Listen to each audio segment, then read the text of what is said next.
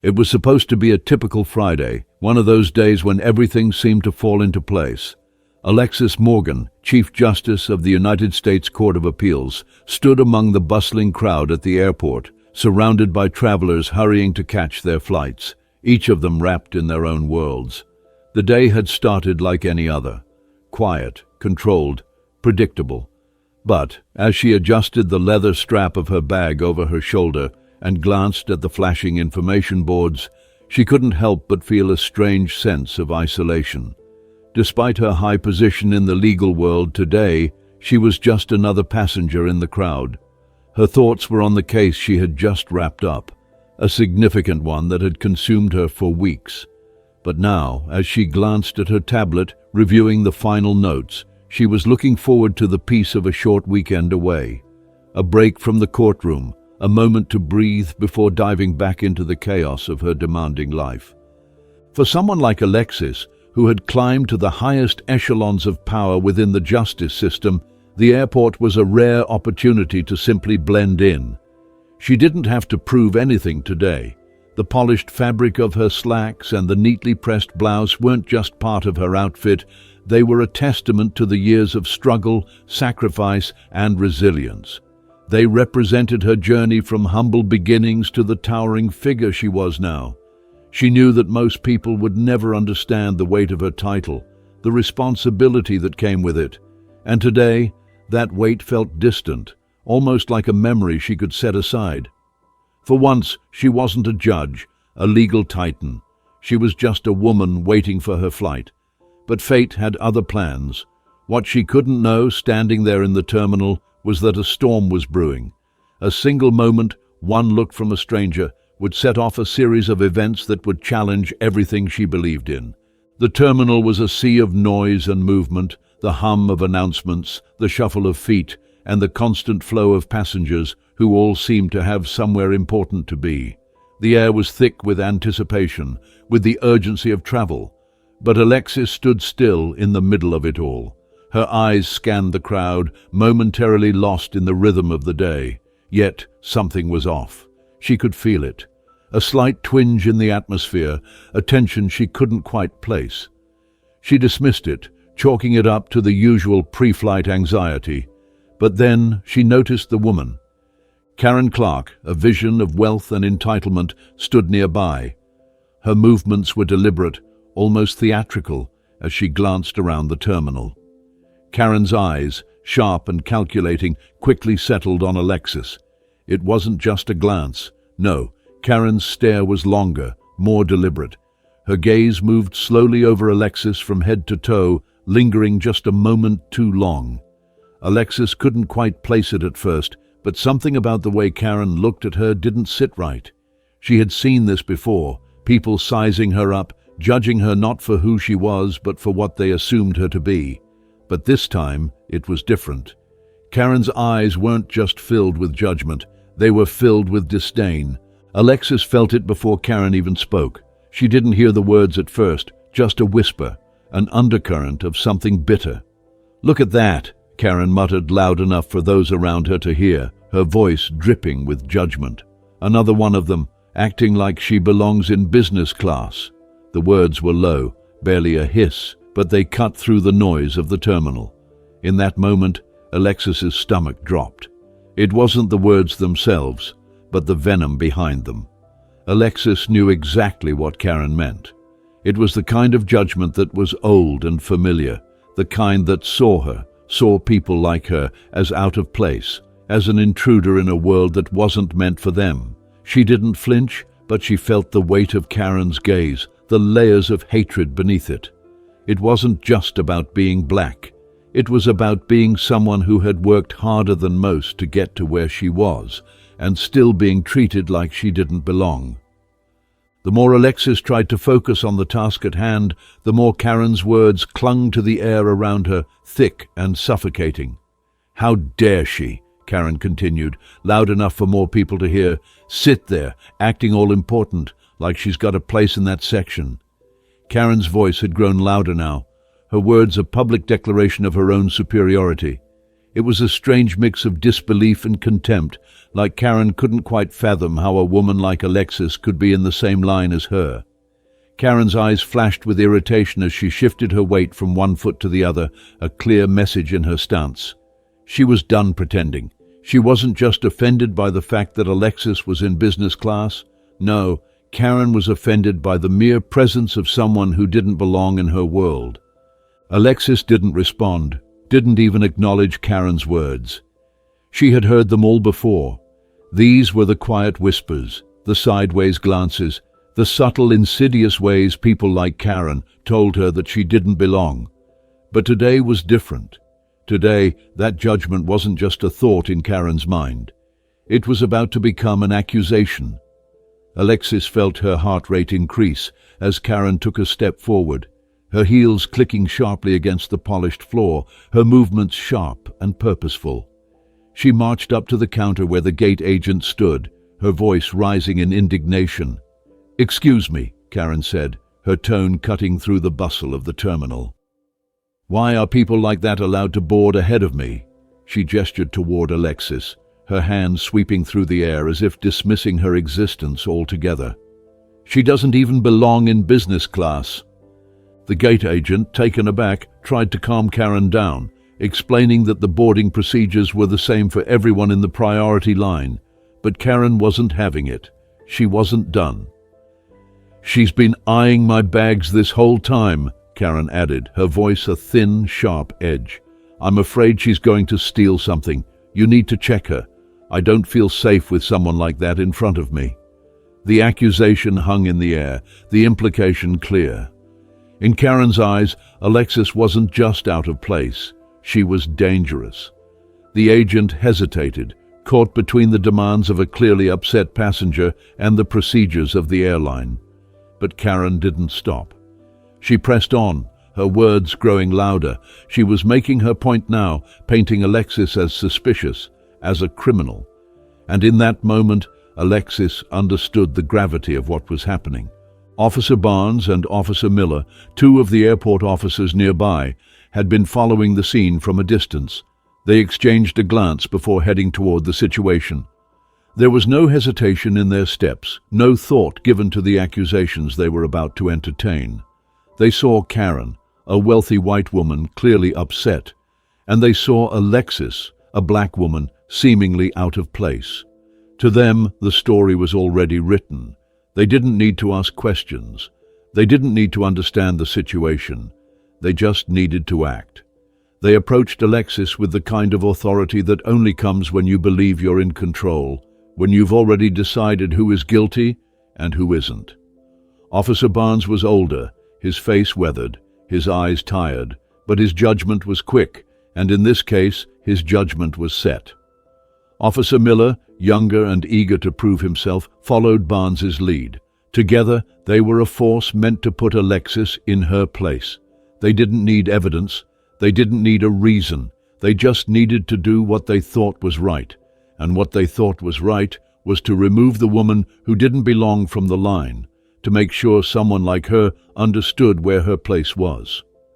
"Ma'am," Officer Barnes said, his voice flat, devoid of any real concern. "Can you step out of line for a moment? We need to talk to you." Alexis, confused and stunned by the sudden turn of events, glanced at the officers and then back at Karen, who stood watching with a satisfied look on her face. The crowd had fallen silent, the tension thick in the air. All eyes were on Alexis now, waiting to see what she would do. She stepped aside, her mind racing. She knew she hadn't done anything wrong. She was just a woman trying to board a flight like everyone else. But as the officers moved closer, she could feel the weight of the moment bearing down on her. Something was happening here that was much bigger than the flight she was trying to catch. Something was about to unfold that would challenge not just her, but everything she had fought for. Alexis stepped aside, her calm composure barely holding against the storm of emotions threatening to bubble up. She didn't know exactly what was going on, but she felt the weight of the moment pressing down on her. The officers stood in front of her now, one of them staring at her like she was an anomaly, something that didn't belong in their world. Officer Barnes didn't move right away. He just stood there, watching her, his eyes narrowing. His partner, Officer Miller shifted uneasily next to him, eager to get this over with, but there was something unsettling about the way they were both looking at her, like they had already made up their minds about her, and now they were just waiting for her to say something wrong, something that would justify their actions. Alexis stood tall, her back straight, her heart pounding, but she refused to show weakness. She had faced far worse in the courtroom, but this moment felt different.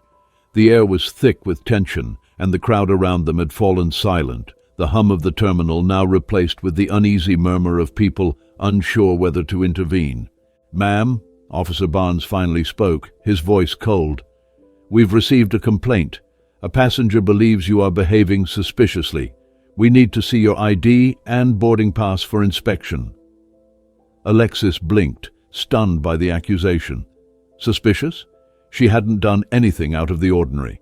She had been standing in line, minding her own business, preparing for the flight she had every right to be on.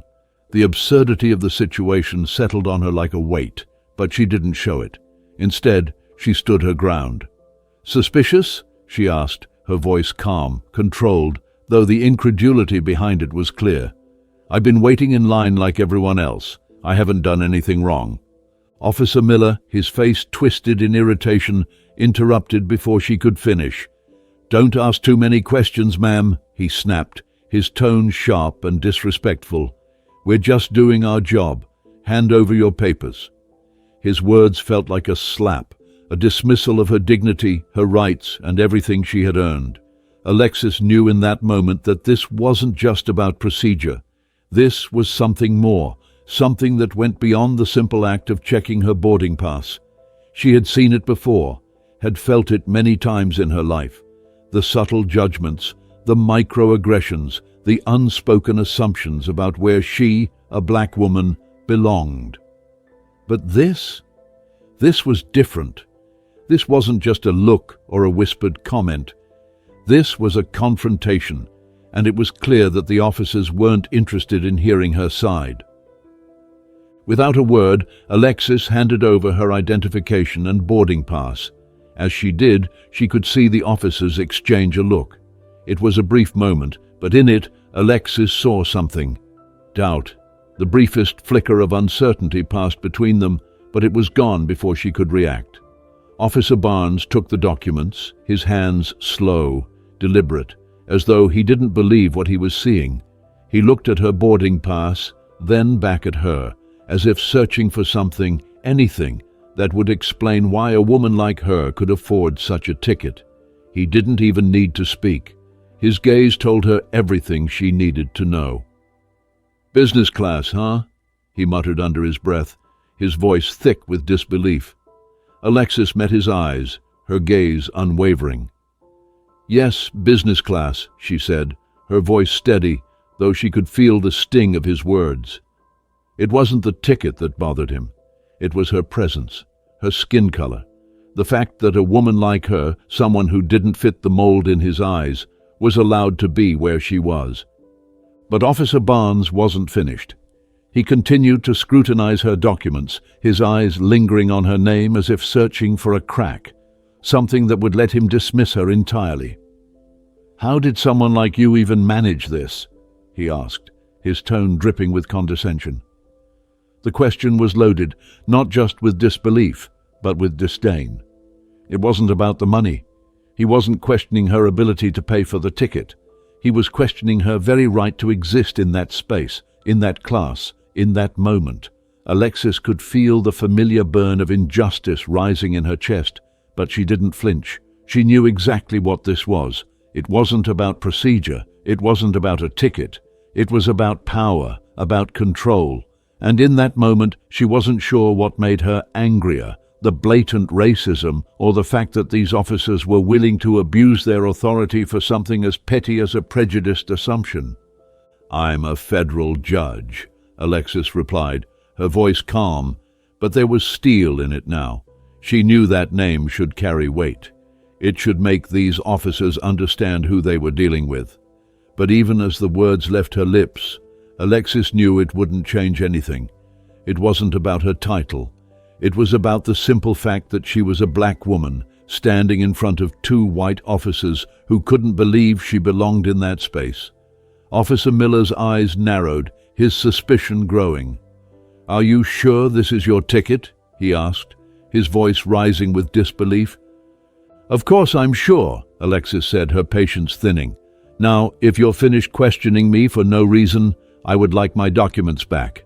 Her words were firm, but there was a quiet fury behind them, the kind of fury that had been building for years, the kind of fury that had been suppressed in the name of professionalism, in the name of keeping calm, keeping composed. But today, it was different. Today, she wasn't going to let these men push her around.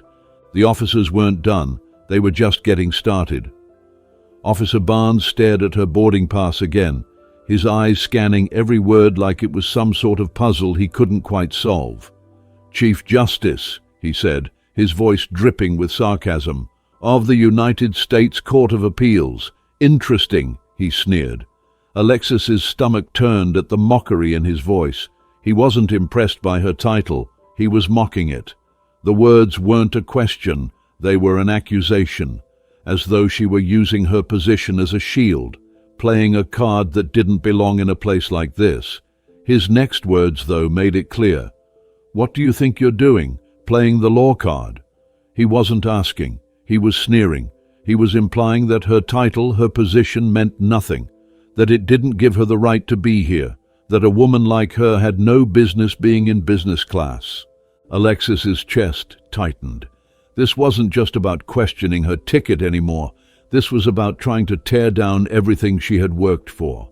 Her position, her identity, her very existence in this space. It was all being questioned simply because of the color of her skin. She had expected it, had been prepared for it even, but that didn't make it any easier to bear. "Just because you have a title doesn't mean you get to break the rules," Officer Barnes continued, his voice thick with contempt. He wasn't just dismissing her presence, he was undermining her existence. "I'm not playing a card," Alexis said, her voice steady despite the rage boiling inside her. "I'm simply here because I belong here, just like anyone else." The words were out of her mouth before she could think about them, but she didn't regret them.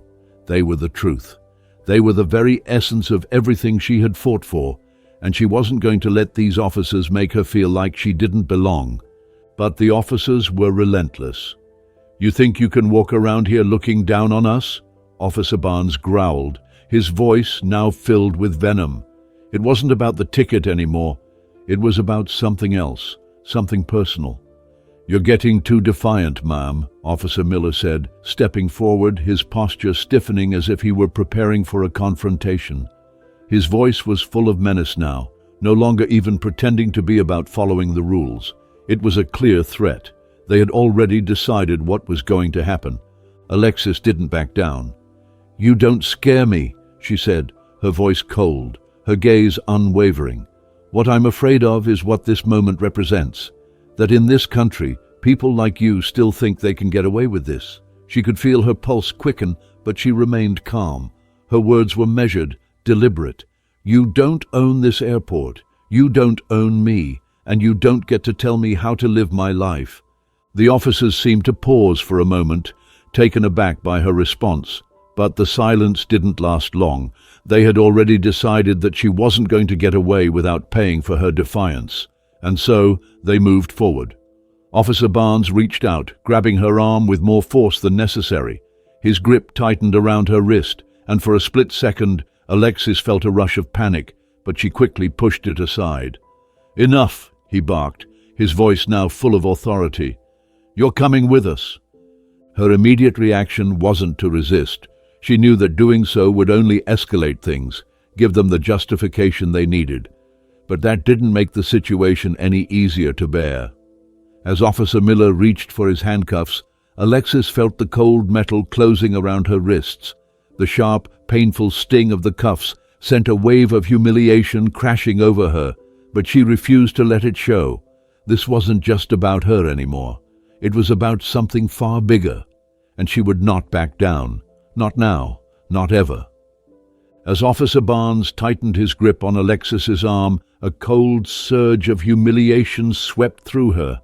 Her wrist was held firmly, but she refused to flinch, even as the eyes of everyone around her were locked onto the scene unfolding in the middle of the airport terminal. She knew what was coming next. This wasn't just a random incident. This was the culmination of years of prejudice, a dangerous cocktail of authority and assumption. They had already decided her guilt. They didn't need any evidence. They didn't need to understand the situation. Alexis was already marked as other, as someone who didn't belong, and now they were about to treat her like a criminal. The officers didn't hesitate. With a force that was disproportionate to the situation, Officer Barnes yanked her arm and began to pull her toward the back of the terminal. The grip on her wrist tightened, sending sharp pain through her body. She knew if she struggled, even slightly, they would escalate. So she stayed still, but her mind raced. The humiliation was unbearable, yet she didn't want to give them the satisfaction of seeing her break. Her thoughts were a blur of disbelief. This wasn't just about an airport line or a boarding pass. This was a confrontation with the systemic racism she had faced her entire life, dressed up in the form of two officers and one entitled woman who didn't think she belonged. Every step she took felt heavier than the last, the weight of the handcuffs digging into her skin, making it impossible to forget the degradation she was enduring. As they walked toward the back of the airport, the crowd around them shifted. Some watched in silence, unsure of what to do, while others whispered in low tones, exchanging nervous glances. But not one person stepped forward to intervene. Alexis was being dragged away like a criminal, and in the silence, it felt as though the entire room had tacitly agreed with what was happening. Alexis could hear the whispers, the murmurs of people speculating, judging. None of them knew who she was.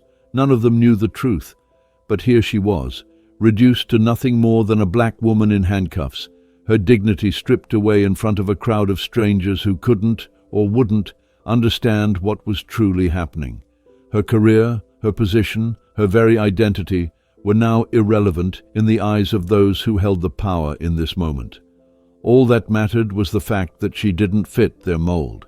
The officers didn't speak to her as they dragged her through the terminal. There was no apology, no acknowledgement of the injustice they were carrying out. They moved with the certainty of people who believed they were in the right, people who had long since stopped questioning their own actions. Officer Barnes, his face set in a hard, implacable mask, continued to march ahead, while Officer Miller followed close behind, his eyes occasionally flicking nervously toward Alexis, as though expecting her to make a scene. But Alexis refused. She refused to give them the satisfaction of seeing her break. They reached a small office near the back of the terminal, and Alexis was shoved inside. The cold, sterile space made everything feel worse, more oppressive. It was as if she had entered a place where her humanity no longer mattered. The metal desk, the fluorescent lights, the faint smell of stale coffee in the air. It was all a reminder that this wasn't about her ticket or her behavior. It was about something deeper, something uglier. She wasn't being detained because she was suspicious. She was being detained because they believed she didn't belong. Officer Barnes stood at the door, his posture stiff, while Officer Miller hovered nearby, his hands fidgeting with his badge. Alexis sat in a hard, uncomfortable chair, the cold metal of the handcuffs still digging into her wrists. The officers exchanged looks, but didn't speak. Alexis knew they were waiting for her to break, to give them an excuse to escalate things further. But she wouldn't. She had spent her entire life fighting for justice, for fairness, and she wasn't about to let these men, these agents of a broken system, make her the target of their prejudices. For a moment, the silence stretched, thick and suffocating. But then the door opened. Another officer stepped into the room, a senior figure by the looks of him, his uniform crisp and polished. He glanced at Alexis, then at the officers who had brought her in, and immediately his eyes hardened with suspicion. There was no warmth, no empathy in his gaze. "What's going on here?" he asked, his voice curt. Alexis didn't answer. She didn't need to. She could already see it in his eyes. He didn't care who she was. He didn't care about the truth. He cared about maintaining control, about protecting his own. The officers began to explain, their voices rising with a sense of self-righteousness. They told him about the complaint, about Alexis's behavior, about the suspicion that had led to her detainment. But as they spoke, Alexis could see the doubt creeping into the officer's expression. The senior officer's gaze flickered toward her, then back to the officers who had detained her. There was a shift in the air, a slight change in the tension. It was as if he was starting to question their story, but it was too late. The damage had already been done. In this moment, Alexis knew it wasn't just about this airport or these officers. It was about the systems that had allowed this to happen, the systems that had allowed people like her to be treated as less than human. Officer Barnes didn't seem to notice the shift in the room. He was still talking, still trying to justify his actions, but his words were starting to lose their weight. The senior officer wasn't buying it, and neither was Alexis. Her patience was starting to run thin. "I haven't done anything wrong," she said, her voice sharp. "I'm simply trying to board a flight. This is absurd." The words felt like a release, a moment of defiance in a situation that had stripped her of her power. But as she spoke, she realized that nothing she said would change what was happening. It wasn't about facts or logic. It was about who they believed had the right to exist in this space, and it was clear they didn't believe she did. As the minutes ticked by, the tension continued to mount. The officers fidgeted, clearly unsure of what to do next. They had expected Alexis to be more compliant, to cower under the weight of their authority, but she wasn't. She wasn't going to give them that. She wasn't going to let them win. In that small room, with her wrists still bound by the cold metal cuffs, Alexis felt the anger building inside her. But more than that, she felt something else. She felt the weight of everything she had ever fought for, the dignity, the respect, the justice, and she knew she couldn't let these officers get away with this. The door opened again, and this time a higher-ranking official entered. It was a man in a sharp suit, his presence commanding, his expression unreadable. The room fell silent as he stepped inside. His eyes scanned the scene, lingering on Alexis for just a moment before he turned his gaze to the officers. They stammered through their explanation, but it was clear the man wasn't interested in their excuses. He looked directly at Alexis, and for the first time that day she saw a flicker of something different in his eyes. It wasn't pity, it wasn't sympathy, but it was recognition. He knew who she was, he knew what she represented, and for the first time since she had been dragged into that office, Alexis felt like she might just get a glimpse of justice. But it was too early to tell. The fight was far from over. As the senior officer spoke to the new arrival, Alexis sat quietly, watching the interaction with a mix of exhaustion and determination. She was done explaining herself. She was done justifying her presence. It was clear now that this was no longer about her ticket or her actions. It was about the system she had spent her life fighting against. And as she sat there, waiting, she knew one thing for sure. This wasn't the end. It was just the beginning. The tension in the small office was thick, suffocating even. Alexis sat silently, her body rigid in the chair as she stared straight ahead, her mind whirling. She had faced worse challenges before, decisions that carried the weight of the nation's laws, cases that tested her resolve, her judgment. But nothing in her career had prepared her for this. This wasn't just a legal issue. This wasn't a case that could be argued in a courtroom with carefully crafted words and legal precedents. This was personal. It wasn't just about her. It was about a system that, time and time again, allowed people like Officer Barnes and Officer Miller to use their power unchecked, to operate with a sense of entitlement that erased anyone who didn't fit their mold. And now, Alexis Morgan, Chief Justice of the United States Court of Appeals, a woman who had spent her life fighting for justice, was being treated as a criminal. She sat there, the cold metal of the handcuffs still biting into her wrists, the pressure of the moment almost too much to bear, but her resolve remained unshaken. The door to the office opened again, and this time Alexis wasn't surprised to see a higher-ranking official step through. This man was different from the others. He didn't look at her with suspicion or disdain. His eyes lingered for a moment on her handcuffed wrists before moving up to meet her gaze. For a split second, Alexis saw something in his eyes. It wasn't just recognition. It was the understanding that what was happening here wasn't just wrong. It was a violation. And in that moment, she allowed herself to hope, just a little. But hope didn't come easily for someone like her. Too many times she had seen people in power ignore the truth when it was inconvenient, when it challenged the status quo. The man who had entered the room was well-dressed, his suit sharp, his demeanor one of authority. He glanced briefly at the two officers who were standing awkwardly in the corner, and then turned his attention fully to Alexis. "What's going on here?" he asked, his voice firm, though not unkind. Alexis met his gaze without hesitation. She knew this was the moment that could turn everything. She had to speak her truth, but she had to be careful. She couldn't afford to lose control, not now, not when it felt like the world was watching. "I've been detained for no reason," she said, her voice steady. "I've done nothing wrong. I'm simply trying to board my flight. And yet, here I am, handcuffed, accused of something I didn't do, treated like a criminal in front of a crowd of people who don't know the truth."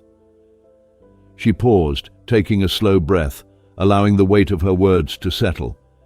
"This isn't just about me," she continued. "This is about a broken system that allows officers to make decisions based on assumptions, based on prejudice, without any evidence, without any accountability." The man's eyes flickered with understanding, and he nodded slightly. He didn't look at her as though she were just another passenger or just another case. He saw her for what she was, a human being, a person who had been unjustly treated. His expression softened, though it was clear that the situation was far from resolved. "I'll need to get a full report on this," he said, glancing toward the officers. Alexis didn't respond. She didn't need to. The officers could no longer hide behind their excuses. It was becoming clear that the truth was starting to catch up with them. The senior officer, who had been the most vocal in justifying Alexis's detainment, looked suddenly uncomfortable, his posture stiffening as the realization began to set in. His earlier confidence was gone, replaced by uncertainty. His words, when they came, were hesitant, faltering. We thought there was an issue with the boarding pass," he stammered, his voice losing its earlier bite. "A complaint had been made, and—" The man in the suit raised a hand, silencing him. "Enough," he said sharply. "You've already said enough." He turned back to Alexis, his gaze unwavering. "I understand now," he said, "and I can assure you, this will be dealt with."